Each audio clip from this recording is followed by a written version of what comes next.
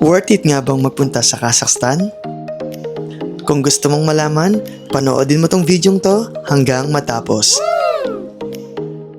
Today, dadaling ko kayo sa isang bansa na hindi masyadong napag-uusapan pero sobrang ganda, ang Kazakhstan. From modern city vibes hanggang sa breathtaking nature, samahan niyo akong i-explore at alamin natin kung worth it pa talagang puntahan ang bansang to.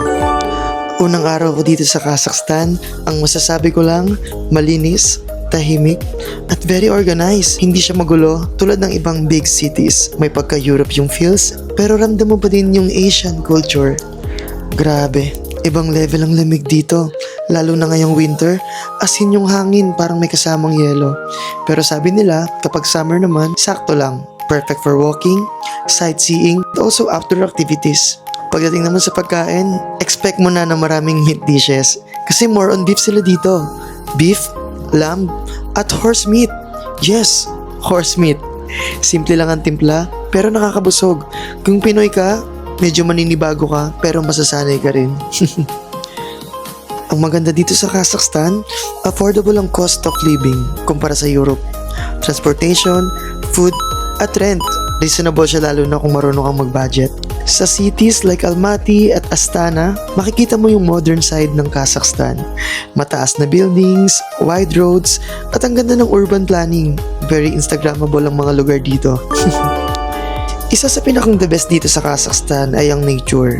May mountains, lakes, at sobrang lawak ng landscapes. Parang bawat angulo pwede mong gawing wallpaper. Yes, totoo yun.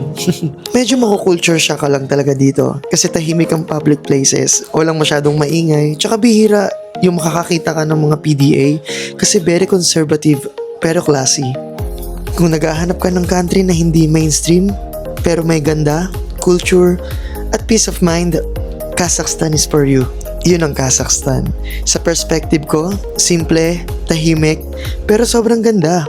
Kung may tanong kayo about life or travel dito, comment lang below. Dahil sobrang budget friendly pagdating sa accommodation, transportation, food, and also activities. Wala ka nang hahanapin pa.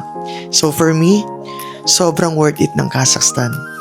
So ano pang inaantay nyo? Subukan nyo nang mag-explore at subukan nyo nang mag-travel. At mapapasabi ka na worth it ang bawat sentimo na gagastusin mo sa bansang to. So ano pang inaantay nyo? Mag-book na kayo ng ticket. Kung wala kayong budget, umutang kayo.